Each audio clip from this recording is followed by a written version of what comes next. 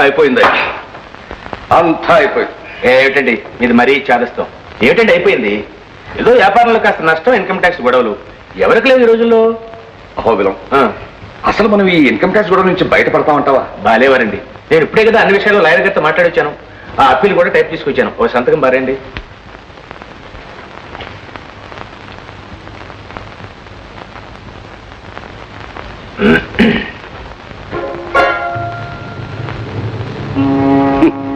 చెప్పాను కదయ్యా, అంతా అయిపోయిందని. ఆఖరికి పెన్లో సిరా కూడా అయిపోయింది. అది మా చలపతి పెన్ అండి. పొద్దునే పొయ్యి మర్చిపోయానండి సిరా. పోయావు. అరే నా పెన్ను కూడా మర్చిపోయానండి. మీ పెన్ను కొంచెం తెప్పించండి.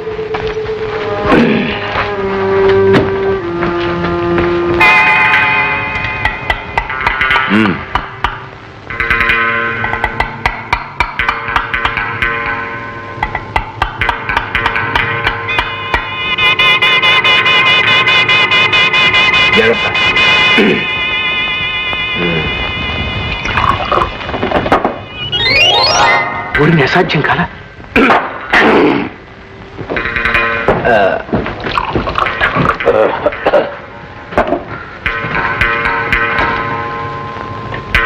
పర్వాలేదయ్యా, ఇంకా ఇందులో కాస్త ప్రాణం ఉంది. మరి ఈ దెబ్బతో మన సమస్యలన్నీ తీరిపోయాయి అనుకోండి. మరి నేను వెళ్ళరానా? అదేమిటయ్యా, అది తెలిసేసి వెళ్ళు. ఓ చలపతి, నువ్వు కూడా కాస్త. రామరామా, నాకు ఆ వాసనే సరిపడదండి.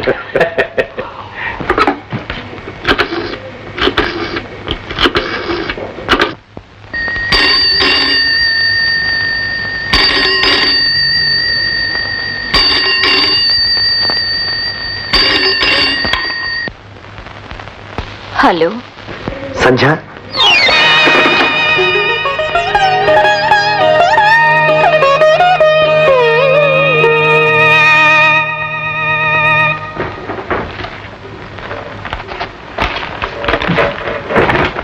బావా నీకే.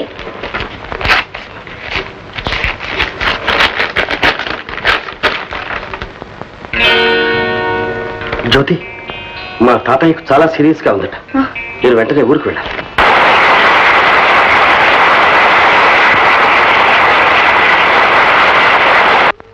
తాతయ్య, పాస్పోర్ట్స్ టికెట్స్ అన్ని ఏర్పాటు చేశాను. రేపే ప్రయాణం. మా ఈ వయస్సులో నాకు ఈ వ్యాధి నయమవుతుందంటావా బాబు? అదేమిట, తప్పకుండా నయమవుతుంది. ఎందుకు బాబు ఈ విదేశ ప్రయాణాలు, అనవసరం ఖర్చు? అలా అడగ తాతయ్య, నీకంటే మాధవ్, నీతో ఒక ముఖ్యమైన విషయం మాట్లాడాలి బాబు. నా పెళ్లి విషయమేగా? అవును బాబు. నీ పెళ్లి కళ్ళ చూస్తానో లేదు, నీ చేత సరైన అనిపించుకుంటే నాకు తృప్తి, మనశ్శాంతి బాబు. తాతయ్య, నేను అసలు పెళ్ళే చేసుకోను. జ్యోతిని చేసుకోవడం నీకు ఇష్టం లేదా బాబు? అదిగా తాతయ్య, జ్యోతికి ఏం తక్కువ చెప్పు. చదువుకుంది, అన్ని విధాలా నీకు తగింది. పైగా జ్యోతిని మన ఇంటి కోడల్ని చేసుకోవాలని నేను ఎప్పటి నుంచో అనుకుంటున్నాను బాబు. ఈ వ్యాధి ఇలా ముంచుకు రాకపోతే ఈ ఏడు పెళ్లి కూడా చేద్దామనుకున్నాను. నన్ను క్షమించు తాతయ్య. మాధవ్, నీ మనస్సులో ఏముందో చెప్పు బాబు. ఎవరినైనా ప్రేమించావా?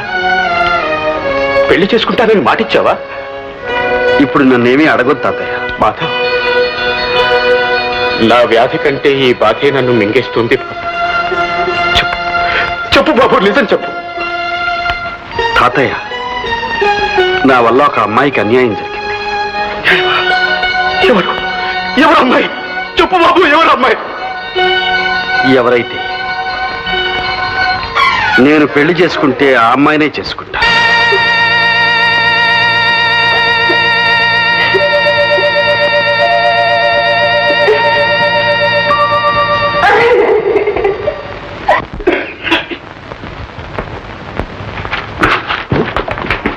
ఏం నాయనా మళ్ళీ వచ్చావు? నీ పేరు చెప్పుకుని మా అమ్మాయి చదువు టైపు చెట్టెక్కిపోయాయి. ఎందుకు నాయనా మమ్మల్ని ఎలా కామారు జీళ్ళ పట్టుకున్నావు? మేము సజాగా ఉండడం నీకు ఇష్టం లేదా? చచ్చ, అంత మాట అనకండి. మంచి మనిషికో మాట, మంచి కుక్కకో చెప్పు దెబ్బ. ఓ మాట చెప్పారుగా, మళ్ళీ నేను ఎందుకు వస్తాను చెప్ప. మరి ఎందుకు వచ్చావని నేను ఎందుకు రాలేదండి. చిట్టిబాబు కోసం వచ్చాను. ఏ కొత్త సినిమా ఏమన్నా రిలీజ్ అయ్యింది? సెక్స్ బాంబని కొత్తగా సినిమా రిలీజ్ అయిందండి. మీలాంటి వాళ్ళకి భలే అవసరంగా ఉంటుందండి. వస్తారా? నాకెందుకు లే నాయన, నువ్వు ఉన్నవాడివి, నీ ఇష్టం వచ్చినట్టు తిరుగు. మా వాడు చదువుకుని 4 రాళ్ళు సంపాదిస్తేనే కానీ మా కుటుంబం గడవదు.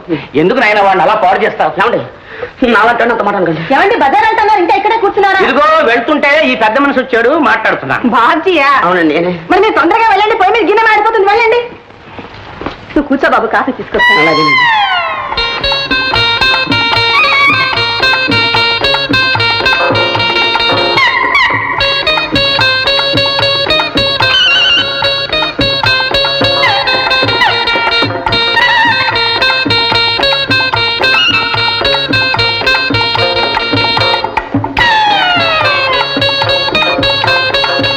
తీసుకో బాబు. అలాగేనండి. ఇదేంటండి కూరలు తెస్తాను బజార్కి వెళ్ళి ఊరికే తీసుకొచ్చారేమిటి? నల్ల పిల్ల ఎదురైంది, కాసేపు కూర్చుని వెళ్దామని వచ్చా. ఏమండి ఏమండి నేను చదవలేదండి, చదవడం మళ్ళీ చూడండి. భాగ్యం భాగ్యం, ఏమిటన్నా? ఎంతకాలం నుంచి సాగుతుంది ఈ ఉత్తరాల వ్యవహారం? ఉత్తరం ఏంటన్నా? కళ్ళడోళ్ళ బట్ట కనుకో. ఇలాంటి పిచ్చి వేషాలు ఇస్తే నిన్ను ఎవరు చేసుకుంటారు రేపు పెళ్ళి?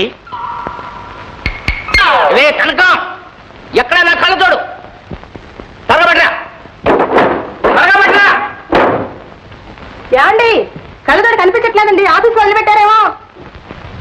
సరే వెళ్ళరు వెళ్ళరు, పట్టుకోవస్తారు. అక్షరం అక్షరం విడమర్చి చదువు, చెప్తాను దీని సంగతి. కుమారి భాగ్యలక్ష్మికి ఆశీర్వాదములు. ఆశీర్వాదములా? ప్రేమలేఖ రాయడం కూడా తెలియదు చావటికి. తర్వాత ఏముంటుంది? నేను మన ప్రేమను గురించి తీవ్రంగా ఆలోచించాను, కానీ పెద్దల మనసు నొప్పించి వాళ్లకు కష్టం కలిగించే పని చేయడం వల్ల నష్టమే కాని లాభం ఉండదు.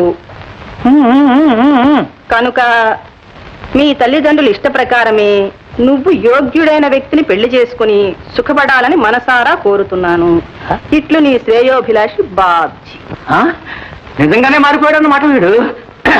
భాగ్యం, ఈ ఉత్తరం పట్టుకో, దానికి పటం కట్టించు, గదిలో పెట్టు, రోజుకు 3 సార్లు చదువుకో.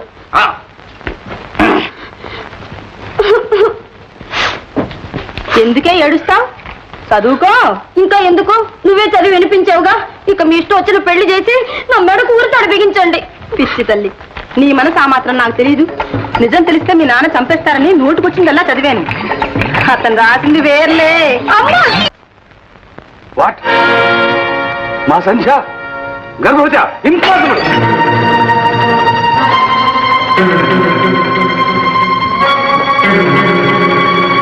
సంధ్య,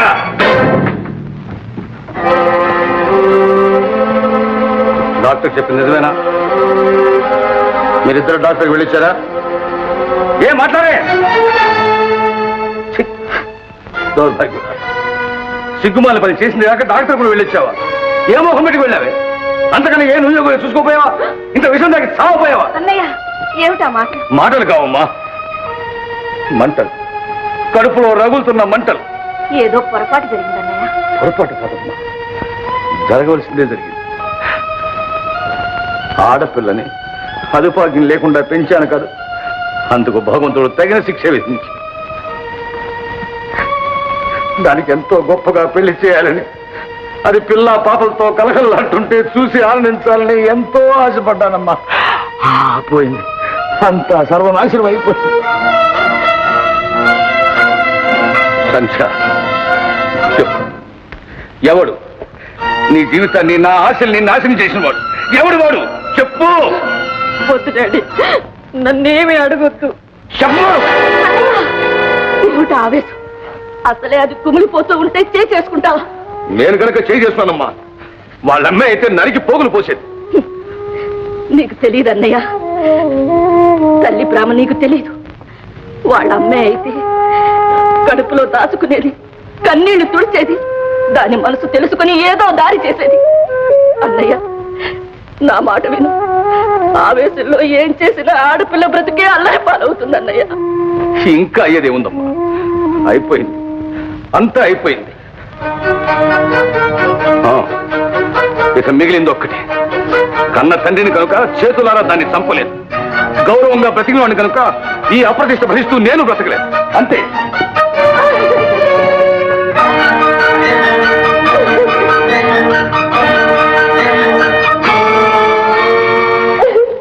బాధపడకమ్మా, బాధపడకు. ఆవేశం తగ్గిన తర్వాత ఆయనే అర్థం చేసుకుంటాడు.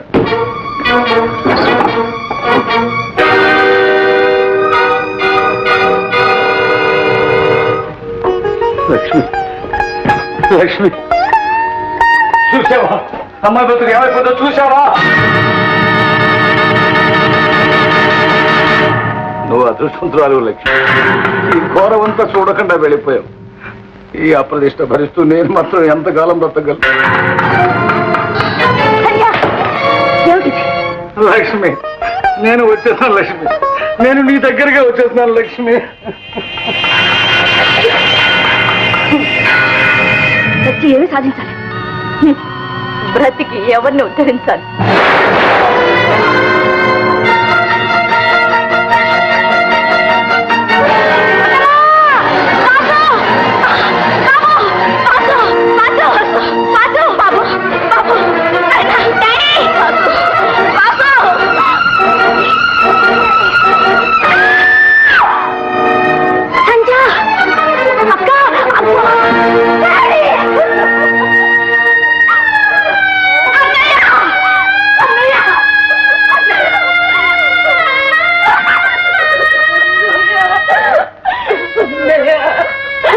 అన్నంత పని చేసావా?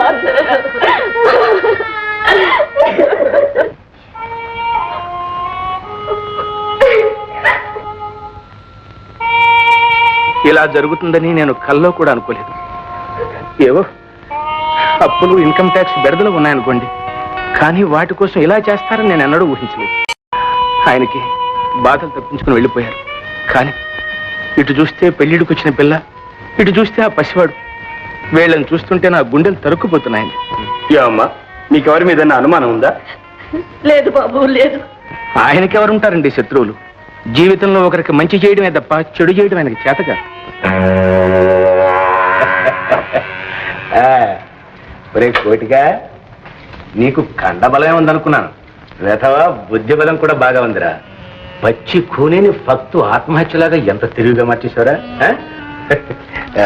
ఇదిగో, ఇది నా కండకయ్యా, మరి బుద్ధికో ఊరిని తెలివి మండ.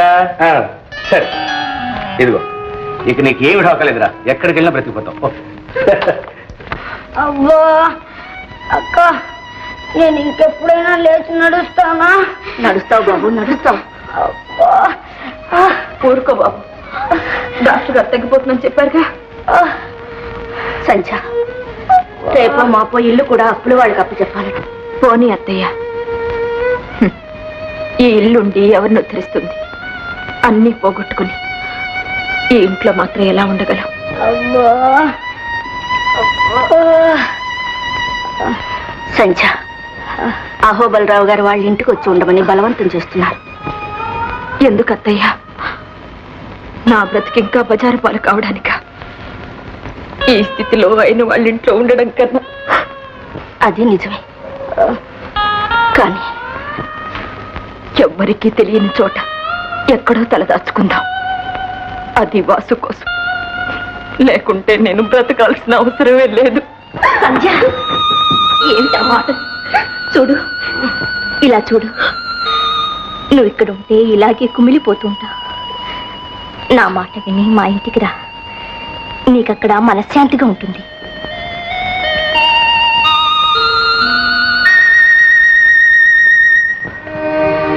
ప్రభువా, తీసుకురామ్మా.